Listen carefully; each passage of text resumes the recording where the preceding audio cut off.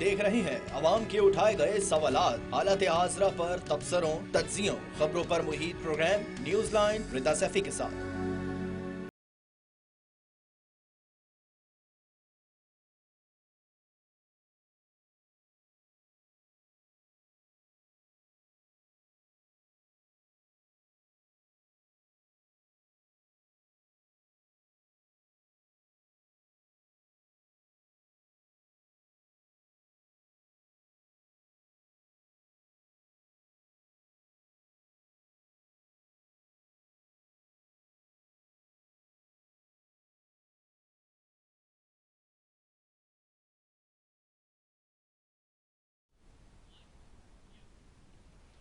अस्सलाम वालेकुम, मैं हूं रिदा सैफी। पाकिस्तान के माली साल 2025-26 के लिए वफाकी बजट की कुल मालियत 17.573 खरब रुपए यानी कि 57.3 अरब रुपए मुकर्रर की गई है, जो पिछले साल के 18.9 खरब रुपए के बजट से तकरीबन 7% कम है। हुकूमत ने बजट में महंगाई से पिसे आवाम के लिए बराह रास्त रिलीफ देने के बजाय टैक्स आमदनी बढ़ाने पर तवज्जो दी है। शेख खुर्दनोश, बिजली, गैस और पेट्रोल की कीमतें मुसलसल बढ़ रही हैं और बजट में कोई ठोस सब्सिडी स्कीम या कीमतों की अगर बात करें तो उसमें कंट्रोल का प्लान शामिल नहीं है। अगरचे हुकूमत ने टैक्स आमदनी का हदफ 12,970 रुपए रखा है, मगर इसके हुसूल के लिए गैर मराहत याफ्ता तबकात पर मजीद बोझ डाला जा रहा है, जबकि बड़ी सनतों और ताकतवर तबकात को निस्बतन कम मुतासिर किया गया है। इस बजट के बाद कुछ सवालों ने फिर से जन्म ले लिया है। क्या ये बजट IMF की शराइत के तहत तैयार किया गया या अवामी जरूरियात पर मबनी है? तरक्याती बजट के ऐलानात जमीनी हकाइक से किस हद तक हम आहंग है? हुकूमत की आमदनी बढ़ाने की पॉलिसी मुतवस्सित तबके पर किस हद तक असरअंदाज होगी? क्या मौजूदा बजट के अहदाफ पिछले बजट की नाकामियों से कुछ मुख्तलिफ है? क्या बजट में मईशत की बेहतरी से ज्यादा मालियाती अदाद-ओ-शुमार पर जोर दिया गया है? इस सब पर बात करेंगे। मेरे साथ सबसे पहले मौजूद है फर्रुख सलीम है, माहिर मईशियात हैं, उनको खुशामदीद कहूंगी। वेलकम सर, आपको आवाज आ रही है मेरी?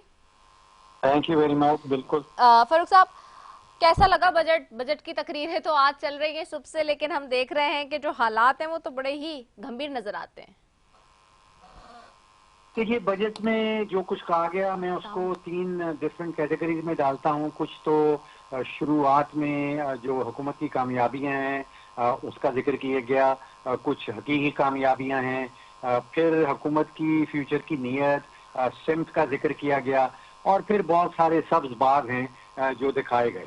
तो पिछले 15 सालों से जो बजट में देख रहा हूँ, सुन रहा हूँ, उसमें तकरीबन यही मयार इस्तेमाल किया जाता है कि कामयाबियां कुछ बताई जाती हैं, फिर कुछ सिमत दिखाई जाती है और बहुत सारे सब्ज बाग होते हैं। अब कामयाबियां वाकई में अफराद दर की शरह जो है वो हुकूमत की कामयाबी है, वो कोई 25-26% से गिर के आप समझिए सिंगल डिजिट पे आ गई है। पिछले कई महीनों से रुपी और डॉलर की जो पैरिटी है, रुपी डॉलर का रेट है, वो स्टेबल है। रेमिटेंसेस जो पाकिस्तानी बाहर काम करते हैं वो कोई 30 बिलियन आया करता था, वो कोई 32-33 पे चला गया है। फॉरेन एक्सचेंज रिजर्व जो हैं ज़र मुबादला के ज़खायर वो सिर्फ 3 बिलियन थे, इस हुकूमत के आने के बाद वो कोई 9 बिलियन पे पहुंच गए हैं। तो ये वाकई में हकीकी कामयाबियां हैं। एक खुशखबरी मुझे नजर आई है कि जो टैक्स का गोशवारा है जो इतना कॉम्प्लेक्स होता था कि आप यकीन कीजिए कि मैं खुद नहीं भर सकता था, मुझे भी एक टैक्स स्पेशलिस्ट चाहिए होता था जो मेरा टैक्स गोशवारा भरता था। कहा गया है कि उसको सिंप्लीफाइड फॉर्म में कर दिया जाएगा। ये बहुत सालों से टैक्स पेयर्स की ये डिमांड थी और ये लगता है कि अब शायद वो पूरी हो रही है। जो सब्ज बाग दिखाए गए हैं, दोबारा से गेम चेंजर की बात की गई है कि शायद रेकोडेक जो है वो मुल्क की शक्ल बदल देगा, मुल्क की हालत बदल देगा। कोई 75 अरब डॉलर आने वाला है, कोई 7 अरब डॉलर का टैक्स आ जाएगा। फिर बताया गया कि बहुत सारी कंपनीज जो हैं वो 5 अरब डॉलर की इन्वेस्टमेंट पाकिस्तान में करना चाह रही हैं, पाकिस्तान में तेल ढूंढना चाह रही हैं। ये चीज़ें हम बड़े अरसे से सुन रहे हैं। जो आप समझिए कि नेगेटिव एस्पेक्ट्स हैं उसमें ऑनलाइन शॉपिंग के ऊपर 18% टैक्स लगा दिया गया है।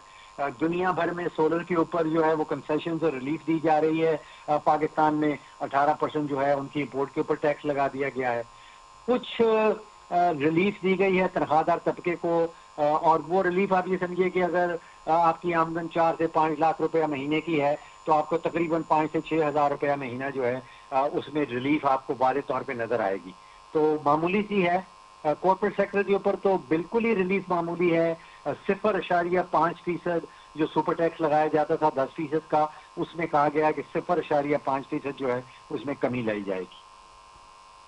अच्छा, इसमें दो तीन चीज़ें, अब ये जैसे उस कमी की हम बात कर रहे हैं, ऑफ कोर्स तनख्वाहदार तबके को भी रिलीफ देने की आदत है, लेकिन जो हम देखते हैं कि गैर मरात याफ्ता तबकात हैं उन्हीं पर मज़ीद बोझ डाला जा रहा है। जो बड़ी सनतें हैं, जो ताकतवर तबके हैं, तबकात हैं, उनके लिए कुछ आपको नज़र आ रहा है कि क्या वाकई कुछ हुआ है इज़ाफ़ा भी, या वही रटा रटाया सिस्टम नज़र आ रहा है?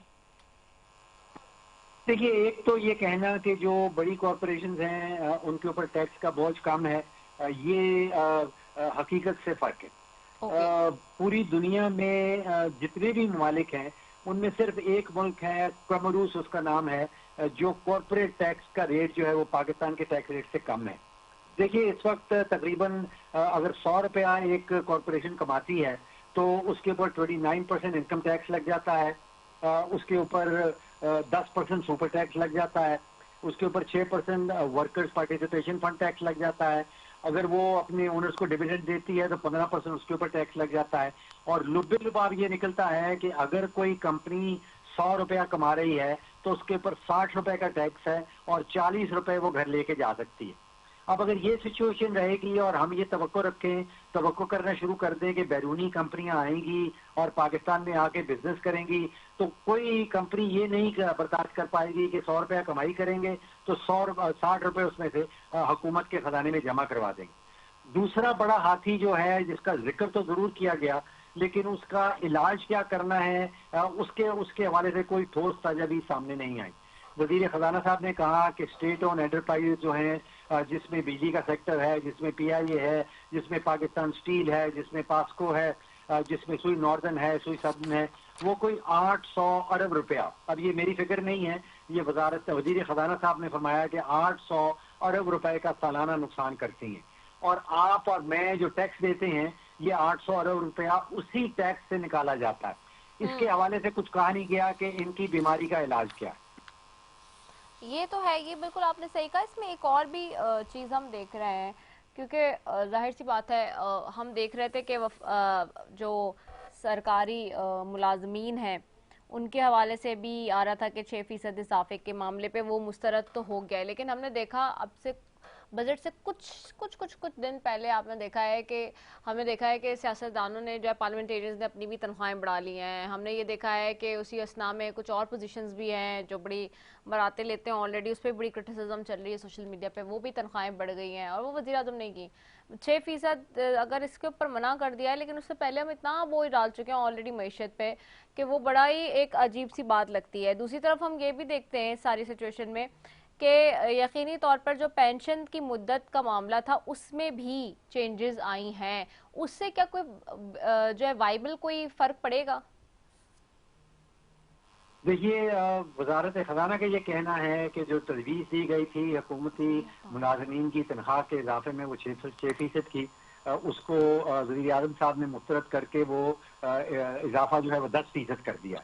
इसी तरह पेंशन जो है उसकी जो तजवीज़ दी गई थी वो या 6 या 7% थी और वज़ीर आज़म साहब ने मुस्तरद करके उसमें भी 10% इजाफा कर दिया गया। तो वो जो हुकूमती मुलाजमीन है उनके लिए तो ये अच्छी खबर है, लेकिन मसला जो बुनियादी ढांचा है, जिसमें वजीर खजाना साहब ने बताया कि हुकूमत की आमदन 17,600 अरब होगी, उसमें से 8 या 9,000 अरब जो है वो सूद की मद में दे दिया जाएगा और 8,000 अरब जो है वो सूबों में बांट दिया जाएगा। उसके बाद विफाकी हुकूमत की जेब जो है वो खाली हो जाती है। अब इस चीज की तवक्को रखना कि एक हुकूमत या एक इदारा जिसकी जेब खाली है वो कोई टैक्स पेयर को किसी किस्म की रिलीफ दे सकता है, तो ये गलती तवक्को रखने वालों की है। हुकूमत के पास बिल्कुल किसी किस्म के कोई वसाइल नहीं है। विफाकी हुकूमत की बात कर रहा हूँ, क्योंकि पैसा सारा चला गया है सूबाई हुकूमतों के पास। अच्छा सही है, ये पैसा सारा चला गया सूबाई हुकूमतों के पास, ये भी हमें पता चल गया है। और अभी आपने कहा कि ये बहुत अच्छा। दूसरा जो बहुत सारे इसमें ये बात आ रही थी वजीर खजाना की तरफ से कि जी बहुत सारे डिपार्टमेंट हम बंद कर रहे हैं, महकमे शट डाउन हो जाएंगे, ये हो रहा है वो हो रहा है, तो उसमें उससे भी क्या कोई फर्क पड़ेगा?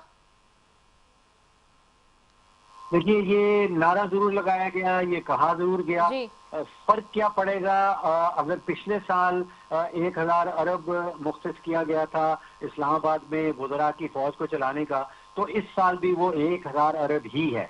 तो जहाँ तक पैसों का ताल्लुक है, कोई फर्क नहीं पड़ा। राइट साइजिंग का जो मॉनेटरी इम्पैक्ट है, मालियाती असर जो कोई नहीं आया। अगर ये कहा जा रहा है कि डिपार्टमेंट्स बंद कर दिए गए हैं या कर दिए जाएंगे, तो शायद फ्यूचर में उसका कोई इम्पैक्ट नजर आए। इस साल के बजट में 1,000 अरब मुख्तस किया गया है इस्लामाबाद की हुकूमत चलाने के लिए। अच्छा फारूक साहब, आप साथ ही रहिएगा मेरे साथ। इदरीस भाई ने भी ज्वाइन किया है, सदर हैं KCCI के, उनको भी खुशामदीद कहूंगी। इदरीस साहब, आपको आवाज आ रही है? इदरीस भाई, आपको आवाज आ रही है? इदरीस भाई, आपको आवाज आ रही है? आप मेरी आवाज सुन सकते हैं? अच्छा, मुझे उनकी आवाज नहीं आ रही गालिबन, चूंकि उधर भी मैं देख रही थी कि वो चल रही है पीछे, जो हमारे चैम्बर्स उनमें भी ये तकरीर और ये डिस्कशंस अभी चल रही हैं, तो वहाँ पे भी सारा जो है शोर शराबा लगा पड़ा है। अच्छा, मैं तो वापस आपकी तरफ आऊँगी। फारूक सलीम साहब, एक चीज़ और भी बताइएगा मुझे कि ये आपने बहुत अच्छा पर्टिनेंट पॉइंट कहा कि देखें सूबों के पास पैसा चला गया तो वफाक क्या करेगा। अच्छा, थोड़ा सा अगर इस पे भी बात कर लें कि सूबों के पास भी चला गया है, लेकिन सूबे भी क्या वो डिलीवर कर पाते हैं चीज़ें सो फार? क्योंकि आप बड़े क्लोजली चीज़ें मॉनिटर कर रहे हैं काफ़ी अरसे से, you are the part of the government as well, आपने चीज़ें देखी हैं बड़ी। अगर ये जो इस वक्त का बजट, अगर हम इसकी बात करें, क्या आम आदमी के लिए जिसकी तनख्वाह 37,000 रुपये है या 35,000 रुपये है, जो कि हुकूमत ने ही तय की है, क्योंकि हमें नज़र नहीं आया इसके अंदर, अगर आप देखें कि आम आदमी के हवाले से कोई खातिर कोई ऐसी बात कर दी हो या ये कहा गया हो कि जी तनख्वाह का स्लैब बढ़ा दिया जाए, उस पॉइंट ऑफ व्यू से आप क्या समझ रहे हैं कि कोई बहुत वाइटल चेंज नज़र आएगा और क्या कोई रिलीफ मिलेगा, जिसको रिलीफ कहते हैं?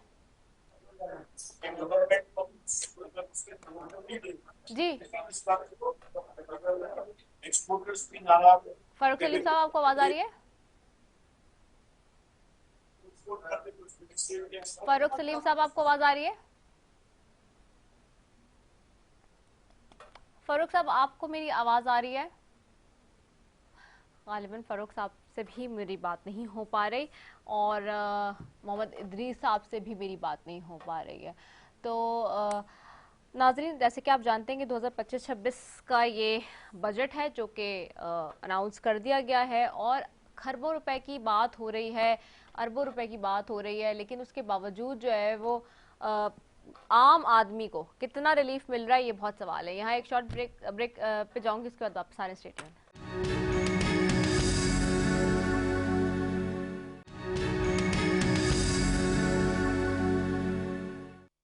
वेलकम बैक नाज़रीन। और ब्रेक पे जाने से पहले जी बात हो रही थी, मैं फारूक भाई से बात कर रही थी और अभी मेरे साथ इदरीस भाई भी मौजूद हैं, सदर हैं KCCI के। इदरीस भाई, बजट आपने देखा, तकरीरें लंबी लंबी हम सुन रहे हैं, आप भी सुन रहे हैं सुबह से, हालात किस तरफ जा रहे हैं बजट के बाद हमें नजर आ रहा है, और ये बजट क्या फेवरेबल बजट है उस तरह से, और इस अगर फेवरेबल है तो आपको क्या पॉइंट्स लगते हैं जिसपे हम समझें कि जी फेवरेबल है, और अगर नहीं फेवरेबल तो वो भी मुझे एक्सप्लेन कर दें जी। देखें, गुज़िश्ता चंद सालों से ये प्रैक्टिस रही है, जो भी फाइनेंस मिनिस्टर होते हैं वो सीधा सीधा बातें करते हैं और फिर अपनी तकरीर के बाद बजट फाइनेंस बिल जो है वो अपलोड होता है और फिर उस पर अपने हम कमेंट देते हैं। इस साल भी इसी तरह हुआ, उन्होंने सीधा सीधा बातें की हैं और जो सेलेंट फीचर्स हैं वो अभी आने बाकी हैं। लेकिन ये जो आप देखें, ग्रोथ रेट जो पिछली बार रखी टारगेट था वो अचीव नहीं हो सका और इस साल मजीद उसको बढ़ाकर उन्होंने पेश किया है कि जी हमारा टारगेट ये है। हम ये समझते हैं कि बजट जो होता है वो एजम्पशंस पर बनता है, बजट जो है वो फोरकास्ट होती है कि ऐसा हो जाएगा तो यहाँ से पैसे आ जाएंगे, ऐसे हो जाएगा, वैसे हो जाएगा। लेकिन इस बजट में हमें आने वाले माली साल में हदफ पूरा करने के लिए कोई भी वर्किंग प्लान नज़र नहीं आया है। और देखिए, ना एक्सपोर्ट्स बढ़ाने की बात हुई, ना लोकल इंडस्ट्रियलाइजेशन के लिए बात हुई, ना टैक्स बढ़ाने के लिए बात हुई, और हमेशा की तरह टैक्स नेट में उन्होंने बताया कि जी इतने लाख लोगों को हम टैक्स नेट में लेकर आए और उन्होंने रिसीव किया उनसे रिकवरी किया कि सिर्फ 20 करोड़ रुपए। और इसी तरह हमने देखा कि जो इंफ्रास्ट्रक्चर है उसके लिए भी उन्होंने कोई बात नहीं की। देखें, पाकिस्तान की मजमूई एक्सपोर्ट्स का 52-54% कराची से होता है। हम हुकूमत को ये समझाने में नाकाम रहे कि अगर आप कराची में इंफ्रास्ट्रक्चर बेहतर कर देते हैं, पानी की फराहमी, गैस की फराहमी और दीगर जो इंफ्रास्ट्रक्चर के मसाइल हैं वो दूर कर देते हैं, तो अगर 10% पूरे पाकिस्तान का एक्सपोर्ट बढ़ता है तो यहाँ का कितना उसमें शेयर होगा। लेकिन इस बार भी ऐसा कुछ नजर नहीं आया। K4 मंसूबे के लिए भी कुछ नहीं रखा गया। EFS की बात हो रही थी और EFS पे भी उन्होंने सेल्स टैक्स लगा दिया, जबकि पूरा वर्किंग प्लान कराची चैम्बर ने बना के उनको दिया था, प्रॉब्लम्स भी शेयर की थी, सलूशन भी बताया था। फिर जो इनका रेवेन्यू टारगेट है उसका भी बताया था कि इस पे इम्पैक्ट नहीं होगा। तो हम ये कहना पड़ रहा है अफसोस के साथ कि इस बार भी जो तजावीज़ थी बिजनेस कम्युनिटी की तरफ से उसे रद्दी के पेपर टोकरी में डाल दिया गया और उसको मलूज़ खातिर नहीं रखा गया। हम अल्लाह ताला से दुआ गो हैं कि शायद कोई मेरिकल हो जाए और जो हदफ उन्होंने मुकर्रर किया है वो पूरा हो जाए। बाकी हमें कोई उम्मीद नजर नहीं आती। अच्छा, कोई उम्मीद नजर नहीं आ रही। मियां अंजुम निसार है, आप साथ ही रहे, मैं उनकी तरफ भी जाती हूँ, प्रेसिडेंट है FPCCI के। अंजुम साहब, कैसे देखते हैं इस बजट को? माजी के बजट से, पिछले साल के बजट से ये बजट में क्या फर्क नजर आ रहा है? कोई पॉसिबिलिटीज है, प्रोडक्टिविटी नजर आ रही है, कोई आगे बढ़ने के चांस नजर आ रहे हैं, कोई रिलीफ नजर आ रहा है आम आदमी के लिए? देखिए, जहाँ तक ताल्लुक है, पहले मैं बताऊं, मैं कराची चैम्बर का साबिक सदर हूँ और मेरा नाम भी अंजुम निसारी है। लेकिन जहाँ तक बजट का ताल्लुक है, देखिए, जहाँ फाइनेंस मिनिस्टर ने जो स्पीच की उसमें कुछ बातें अच्छी भी थी, और जहाँ तक टैक्स नेट का ताल्लुक है, ऑब्वियसली हम क्या कहते थे, हमारी डिमांड ये थी कराची चैम्बर की कि हमें स्ट्रक्चरल रिफॉर्म्स चाहिए, फिजिकल रिफॉर्म चाहिए, टैक्सेशन रिफॉर्म चाहिए, और टैक्स की जब हम बात करते हैं हमें एक फेयर टैक्सेशन सिस्टम चाहिए, यानी जिसपे जो टैक्स ड्यू है वो टैक्स दे। अच्छी बात है कि पिछले साल टैक्स नेट में लोग 100% बढ़े हैं और टैक्स भी बढ़ा है, लेकिन टैक्स का मतलब ये नहीं कि आप टैक्स आप ठोकते चले जाएं, टैक्स बढ़ाते चले जाएं, जिसके नतीजे में हमारी कॉस्ट ऑफ डूइंग बिजनेस बढ़ जाए। तो मैं इसमें हमारा जो हमारी रिकमेंडेशन थी, कई बात, आपको आवाज आ रही है क्लियर? जी जी, आ रही है। अच्छा, तो मेरा देखिए ना, आज उन्होंने एक्सपोर्ट की कोई बात नहीं की। हम उम्मीद करते कि जब तक एक्सपोर्ट, मुल्क के अंदर एक्सपोर्ट कल्चर होना चाहिए। एक्सपोर्ट कल्चर जब आप क्रिएट नहीं करेंगी, आपकी एक्सपोर्ट नहीं बढ़ेगी। आज 75 साल बाद हम $32 बिलियन की एक्सपोर्ट पे हैं, क्योंकि बहुत छोटा एक टारगेट है, बहुत छोटा है।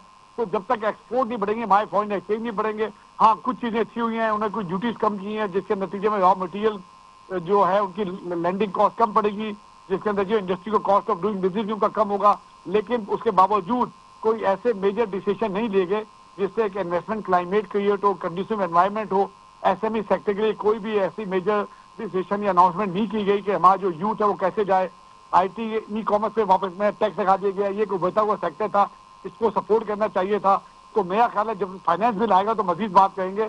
मैं निकल मैं एक और चैनल पे हूँ, तो आपका बहुत बहुत शुक्रिया जनाब, थैंक यू जी, ठीक हो गया। मैं वापस जाऊंगी इदरीस भाई की तरफ। अच्छा इदरीस भाई, थोड़ा सा इसको हम तोड़ तोड़ के देख लेते हैं, थोड़ी सी चीज़ों को अगर हम मेन उसमें देखें। इसमें सबसे ज़्यादा जो हम देख रहे हैं कि आप ये देखिए कि ख़ास तौर पे जो रिलीफ की बात हो रही थी, जिसमें जायदाद की मुंतकली की बात कर लें, थोड़ा सा हम उस साइड पे चले जाते हैं, रियल स्टेट की तरफ चले जाते हैं। इस पर बहुत ज़्यादा शोर था कि जी मज़ीद टैक्स बढ़ रहा है, मज़ीद जो है वो ट्रांसफ़र एंड उस पे पोजीशन पे चीज़ों का उस पर होगा। लेकिन अभी जो हम देखते हैं इसमें वो कहते हैं कि जी एक्साइज ड्यूटी ख़त्म करने की तजवीज़ दी जा रही है, विद होल्डिंग टैक्स भी कम किया जा रहा है।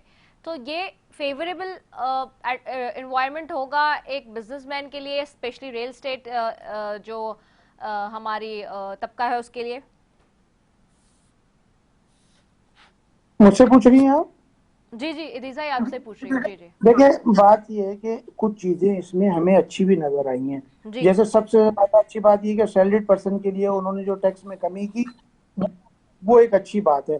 इसी तरह ओवरसीज पाकिस्तानी जो रेमिटेंसेस भेज रहे हैं, जिनकी वजह से आज हम काबिल हैं कि हम टारगेट जो हमारा डेफिसिट है अपना एक्सपोर्ट्स में या दूसरे में, तो वो उसमें हम काबू पाने में बहुत हद तक कामयाब हो रहे हैं, सिर्फ ओवरसीज पाकिस्तानी की वजह से। और उन्होंने कहा कि जो रेमिटेंसेस में इतने इतने आएगी रेमिटेंस तो हम उनको अवार्ड देंगे, इस तरह की चीजें, ये अच्छी चीजें हैं। उन्होंने देखिए टैक्स नेट बढ़ाने की बात की कि हम इतने लोगों को लेकर आए, लेकिन हासिल क्या हुआ हमें देखना ये चाहिए कि हासिल क्या हुआ। ये अच्छी बात है कि उन्होंने घर खरीदने पे, प्रॉपर्टी पर वो रिलीफ दिया, और फिर फाइलर और नॉन फाइलर के लिए भी जो हम बात कर रहे थे उस पर भी उन्होंने थोड़ा वर्किंग की और उसको सही किया, लेकिन मुल्क की मईशत को बेहतर करने के लिए और जो मौजूदा सूरत हाल है उस पर काबू पाने के लिए ये इकदाम नाकाफी हैं।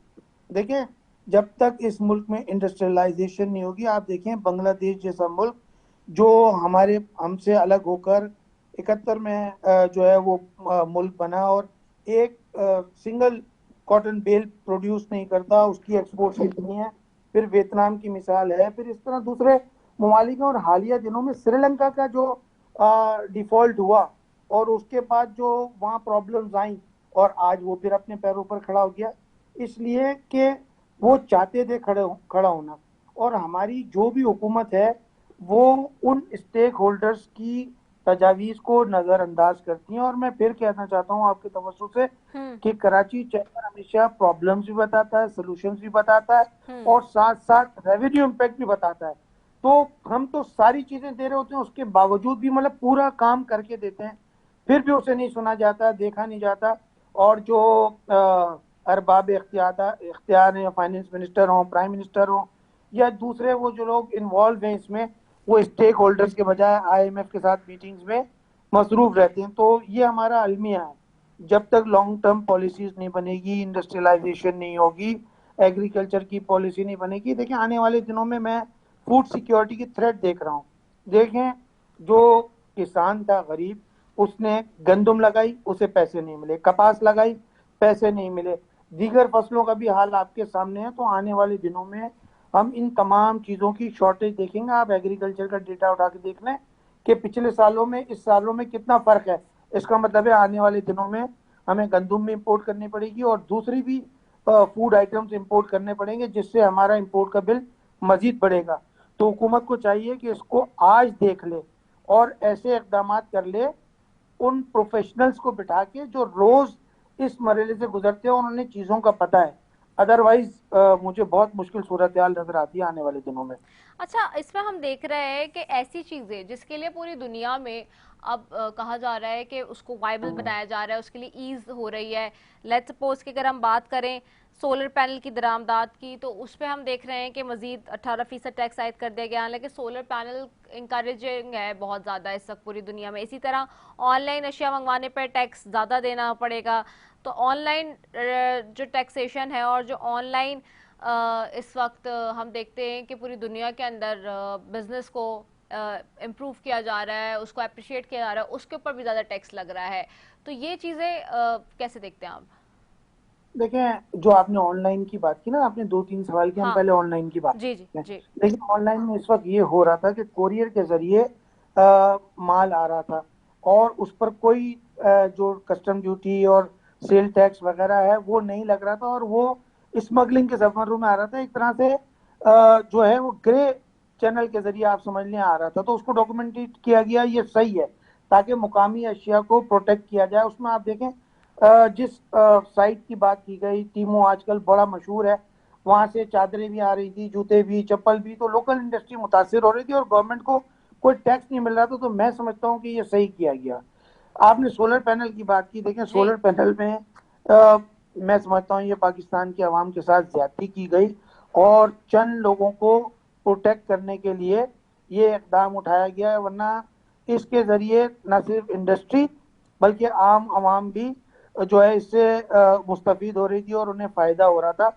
और सस्ती बिजली और फिर ग्रीन एनर्जी की तरफ हम थे। जिन लोकल इंडस्ट्री की बात की गई, तो हमें देखना ही चाहिए क्या उनकी कैपेबिलिटी और कैपेसिटी इतनी है कि वो पूरा कर सकें या सिर्फ चंद लोगों को नवाजने के लिए। देखें, आज जो सोलर पैनल आ रहा है वो 640 वाट, 710 वाट तक आ रहा है। जो लोकल बन रहे हैं वो 340, 350 और 400 समथिंग के हैं।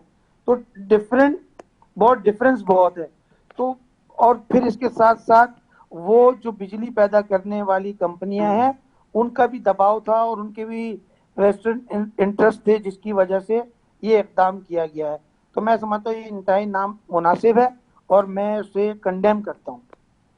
हाँ, बिल्कुल ऐसा ही है। अच्छा, इसमें और हम जो देख रहे हैं चीज़ें, ख़ास तौर पे हम देखते हैं कि पावर सेक्टर के इस्लाहात के हवाले से बात की गई है कि जी उसमें होना चाहिए बिजली की तरसील वाली कंपनीज की, और ख़ासतौर पर हम देखते हैं, जाहिर सी बात है इस वक्त हमारे पास सबसे बड़ा इशू ये है कि बिजली हमारे पास एक्सेसिव मिकदार में है लेकिन उसकी यूटिलाइजेशन नहीं हो रही। हम देख रहे हैं कि हालिया दिनों में बिटकॉइन के हवाले से और जो डिजिटल करेंसी की बात हो रही है, और उसको भी ऑफिशियली हम स्टेटस देने जा रहे हैं। इस वक्त बिलाल जो मिनिस्टर बनाए गए हैं इसके हवाले से वो भी दूसरे ममालिक का भी दौरा कर रहे हैं, उसकी भी बड़ी आवाज़ है। लेकिन सवाल ये है बहुत बड़ा इसमें भी कि जो हमारे पास बिजली की यूटिलाइजेशन है जो कि ज़्यादा है एक्सेसिव अमाउंट में, जिसकी बार बार बात हो रही है, उसको हम एग्जीक्यूशन की तरफ कैसे लाएंगे अमिकेबली, बिकॉज हमारे पास ऑलरेडी वो इतना ज़्यादा बर्डन और बोझ है कि हम उसी से नहीं बाहर निकल पा रहे, उसी पे हम लोगों को रिलीफ नहीं दे पा रहे हैं। तो हम आगे क्या करेंगे? आज लोड शेडिंग के हवाले से वजीर खजाना साहब ने एक बहुत बड़ा स्टेटमेंट दिया। उन्होंने कहा कि जिन इलाकों में लोड शेडिंग हो रही है वहाँ होगी बिकॉज वहाँ पर आपके बिल्स जो है कलेक्शन वो नहीं है। तो भाई ये आपकी लैकिंग है, ये आपका फ्लॉ है, ये आपकी नेग्लिजेंस है, या ये आपकी एडमिनिस्ट्रेशन प्रॉब्लम है? आवाम इसमें क्या करेगी? जी देखिए, आपने भी कहा कि वाफिर मकदार में बिजली मौजूद है, फिर भी कराची जैसे शहर में और अच्छे इलाकों में बिजली नहीं है। 8-10 घंटे की जी लोड शेडिंग है। हाँ जी लेकिन बिजली पैदा हो रही है, ट्रांसमिशन का कोई निज़ाम नहीं है। एग्जैक्टली और जहाँ ट्रांसमिशन का निज़ाम है, देखें जहाँ बिजली चोरी हो रही है तो जो बिजली की ट्रांसमिशन के जिम्मेदार हैं उनका अपना अमला मुलविस है। आप अभी कराची जैसे शहर में निकल जाएं, आप देखें कि रोड पे जितने ठेले पथारे लगे हुए हैं उन सबको कुंडों से बिजली दी गई है। तो वो कौन दे रहा है, उनके खिलाफ क्या कार्रवाइयाँ की गई, और उनकी जो गुनाहों की सजा है वो आम सारिफ को जो अपना टैक्स पे कर रहे हैं, जो अपने बिल पे कर रहे हैं, उनको क्यों दी जा रही है? देखिए 2023 में बिजली 25 रुपए की थी और फिर बढ़ के 60 रुपए हो गई। फिर गवर्नमेंट कहती है कि हमने बिजली कम कर दी, आज 45 रुपए है। तो ये कहाँ का इंसाफ है कि 25 से आपने 60 कर दिए और फिर 45 करके आपने कहा जी हमने कम कर दिए। तो ये देखें, लॉन्ग टर्म पॉलिसी और स्टेक होल्डर्स को बैठना साथ बहुत ज़रूरी है अगर हम चाहते हैं कि इस मुल्क को IMF के चुंगल से निकाला जाए। हमें जो इस मुल्क को माशी जो हमारे तरक्की है उसको कैसे बढ़ाया जाए, तो उसके लिए तमाम लोगों को मिलजुल कर काम करना चाहिए। हम हमेशा कहते हैं कि हम उन लोगों के खिलाफ हैं और हुकूमत के साथ हैं जो किसी भी किस्म की चोरी में मुलविस है, चाहे वो कस्टम ड्यूटी की मद में हो रही हो, बिजली की मद में हो रही हो, या दीगर मद में हो रही हो। तो हम हुकूमत के शाना बशाना खड़े उनके साथ काम करने को तैयार है, लेकिन हुकूमत खुद काम करना नहीं चाहती। देखें, मैंने SSGC के दफ्तर का दौरा किया और हमें उन्होंने बताया कि फलां इलाके में इतनी चोरी है, फलां में इतनी है, फलां में इतनी है, फलां में इतनी है। तो जब उन्हें ये पता है कि इस इलाके में इतनी चोरी है तो फिर उसको डिटेक्ट करना कितनी देर का काम है? आज तो आर्टिफिशियल इंटेलिजेंस का दौर है। हम यहाँ से मिसाइल मारते हैं, वो जाके हजारों किलोमीटर दूर जाके अपने हदफ को निशाना बना लेता है। ये टेक्नोलॉजी है और हम यहाँ बैठे हैं। दुनिया में लोग इंडस्ट्री कहाँ लगी हुई है और वो कहाँ बैठ के उसको कंट्रोल कर रहे हैं, ये सारी चीज़ें हमारे लोग करना नहीं चाहते। सियासी उनके मसले मसाइल हैं। आपने जो साबिक चेयरमैन थे उनकी स्पीच सुनी होगी, वो कहते हैं मैं टोबैको पे टैक्स लगाने गया तो फलां आ गया, ज़राअत पे लगाने गया तो फलां आ गया। तो यहाँ माफिया हैं, कार्टल्स हैं, और उन्हीं में से लोग असेंबली में मुंतखब होकर आते हैं। जब तक जो सही लोग हैं वो नहीं आएंगे, जो पाकिस्तान ही होने का सबूत नहीं देंगे और पाकिस्तानियत की बात नहीं करेंगे, इज्तिमाई बात नहीं करेंगे, इनफरादी मफादात की बात करेंगे, तो ये इस तरह सही नहीं होगा। और हमें पॉलिसियाँ आज नहीं कल नहीं ये बनानी पड़ेंगी, लॉन्ग टर्म पॉलिसियाँ। इंडस्ट्री की पॉलिसी बनानी पड़ेगी, टैक्स रिफॉर्म्स की बात करनी पड़ेगी, फॉरेन इन्वेस्टमेंट की बात करनी पड़ेगी। आज हम फॉरेन इन्वेस्टमेंट की बात करते हैं, लोकल इन्वेस्टर यहाँ से भाग रहा है। दुबई की रियल एस्टेट कहाँ से कहाँ चली गई, लोग दुनिया में कहाँ कहाँ इंडस्ट्री जाके लगा रहे हैं, और आप यहाँ पे टैक्स पेयर्स के जो पैसे हैं वो अकाउंट से उठा कर ले जाएं, उसकी कोई अपील नहीं है, और जब वो ले जाएं आपके अकाउंट से उसके बाद आप उससे बात कर सकते हैं। तो ऐसे माहौल में कैसे? अच्छा, एक और चीज इसमें आ गई, एक और पॉइंट आ गया जी, ये भी कि नॉन फाइलर्स गाड़ी या गैर मनकूला जायदाद नहीं खरीद सकेगा, अकाउंट खोलने की सहूलत भी खत्म करने की तजवीज़ है। ये तो पिछले साल भी था, उससे पिछले साल भी था, पिछले 5 सालों से तो मैं देखती आ रही हूँ। ये अगेन ये प्रैक्टिकल है, ये हो जाएगा, एग्जीक्यूशन हो सकती है, हुई है अब तक, आप समझते हैं?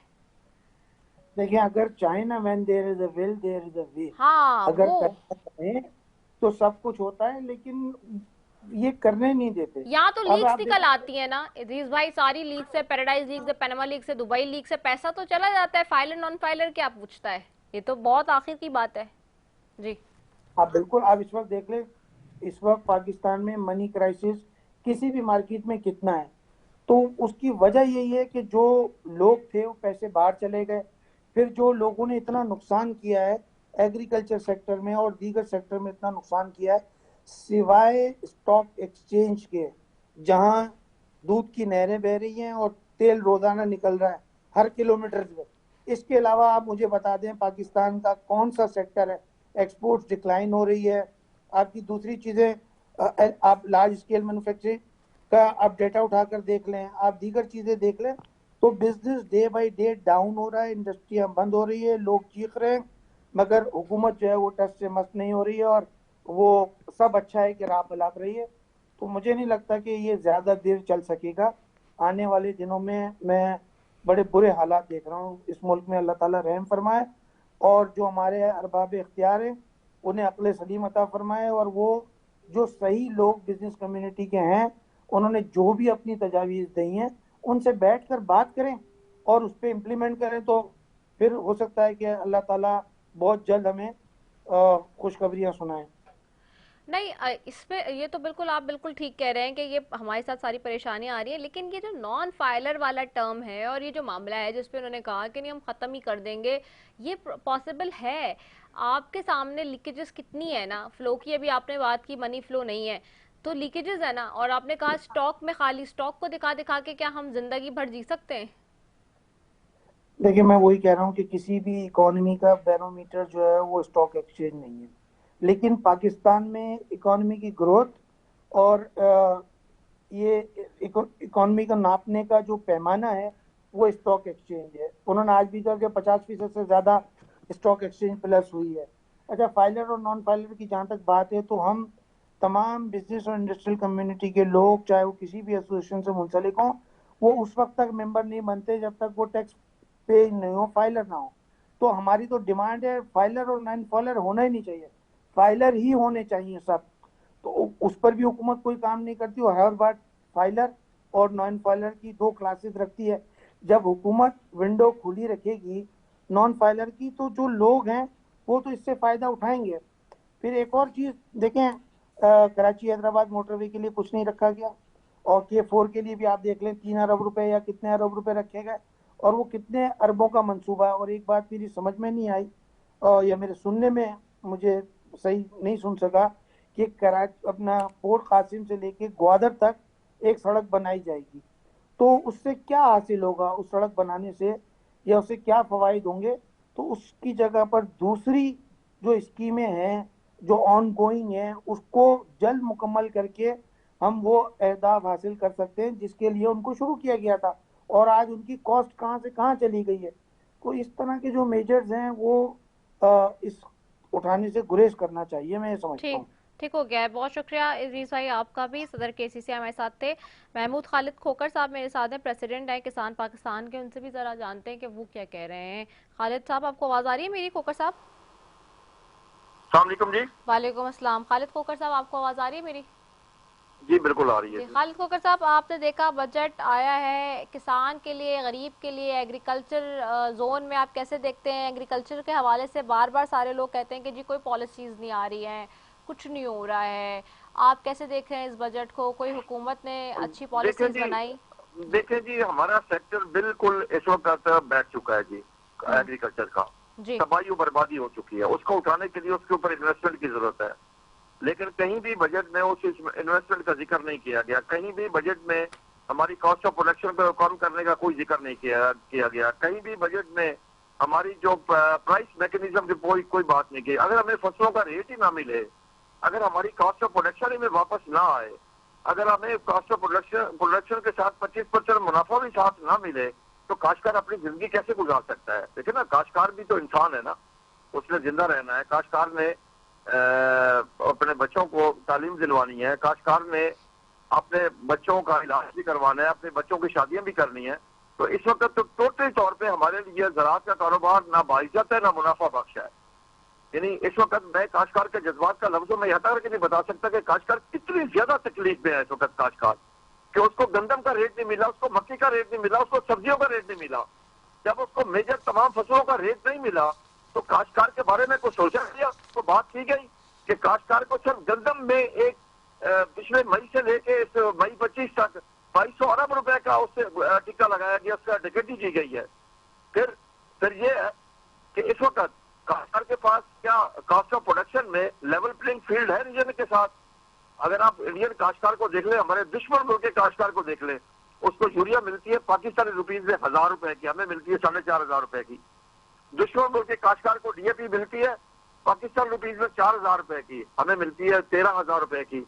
वहां बिजली मुफ्त है, हमें 50 से 60 रुपए यूनिट है। फिर ये सारे खर्चे हम 4 गुना ज्यादा हमारी पैदावारी लागत होने के बावजूद फसलों का रेट ना मिले। फिर हुकूमत खुशी के शादियाने बजाय कि हमने आटा सस्ता कर दिया, हमने रोटी सस्ती कर दी, हमने सब्जियां सस्ती कर दी, भाई हुकूमत ने किया ही क्या है? हुकूमत ने कंट्रीब्यूशन ही क्या है इसमें? सारा कुछ मुआशी कत्ल तो हुआ है काश्तकार का, मारा गया गरीब काश्तकार। खुदा की कसम आज हमारा मुतालबा यही है कि हमें सजाए मौत से निकाल के उम्र कैद में लाया जाए। इतना तो हमारी बात मान ली जाए, कम अज कम इस वक्त की जाए। अगर मैं कपास बेचूं, मैं पाकिस्तानी काश्तकार, मेरे ऊपर 18% जीएसटी है, बजट पे उसका जिक्र नहीं किया गया, उसमें खत्म नहीं की गई। अगर बाहर का अमेरिकन काश्तकार जहां भेजे तो 100% टैक्स फ्री है। ये कौन सा इंसाफ है? हमारी हुकूमत क्या अमेरिकन काश्तकार के लिए बनी है? क्या इसको वोट अमेरिकन ने दी है? क्या आइंदा इलेक्शन इन्होंने जाके अमेरिका से जाके इलेक्शन कंटेस्ट करना है? देखिए ना, इस वक्त पाकिस्तानी ज़राअत टोटली वेंटिलेटर पे जबूवाली का शिकार है। आपकी फूड सिक्योरिटी रिस्क के ऊपर है जी। काश्तकार दिल बर्दाश्ता हो चुका है। यानी काश्तकार का ये बात करना कि हम फिर ज़राअत का जनाजा पढ़ाएंगे, इससे बुरे अल्फाज कोई हो सकते हैं? अल्लाह अकबर। मैं काश्तकार के जज्बात का लफ्जों में यहाँ करके नहीं बता सकता काश्तकार इस वक्त कितनी तकलीफ है, और उस तकलीफ की शिद्दत में आप तक नहीं पहुंचा सकता। मेरी हुकूमत से 10 बजे से गुजारिश है इस वक्त, खुदा के लिए उसकी इजलास की प्रेशर को मैकेनिज्म बनाए हुकूमत, खुदा के लिए कोई मैकेनिज्म बनाओ ताकि उसको उसकी पैदावारी लागत के साथ 25% जो इंटरनेशनल थंब रूल है उसको प्रॉफिट भी मिले। देखिए ना। ठीक हो गया, बहुत शुक्रिया। महमूद खालिद खोकर साहब थे प्रेसिडेंट के साथ पाकिस्तान, इदरीस साहब थे केसीसीआर के प्रेसिडेंट, फारूक सलीम थे माहिर मैशियत। आप तीनों मौजूद मेहमानों का बेहद शुक्रिया। नाजरीन, बजट आ गया है लेकिन आम आदमी के लिए अभी भी वो जो होप्स थी, वो जो कुछ एक ख्याल था कि शायद कुछ अच्छा हो जाएगा, वो नज़र नहीं आ रहा उस तरह से। आज भी अशराफिया को ज़्यादा से ज़्यादा बरातें और खुली छूट अभी भी मिल रही है। एक आम आदमी पहले भी परेशान था इस मुल्क में और आज भी वो ये सवाल करता है कि 76-77 साल गुजरने के बावजूद भी क्या मेरे लिए कोई पॉलिसी नहीं बनेगी, क्या कोई आसानी नहीं होगी? ये बहुत बड़ा सवाल है, छोड़े जा रहे हैं। इसी के साथ अपनी मेज़बान से पाकिस्तान जिंदाबाद।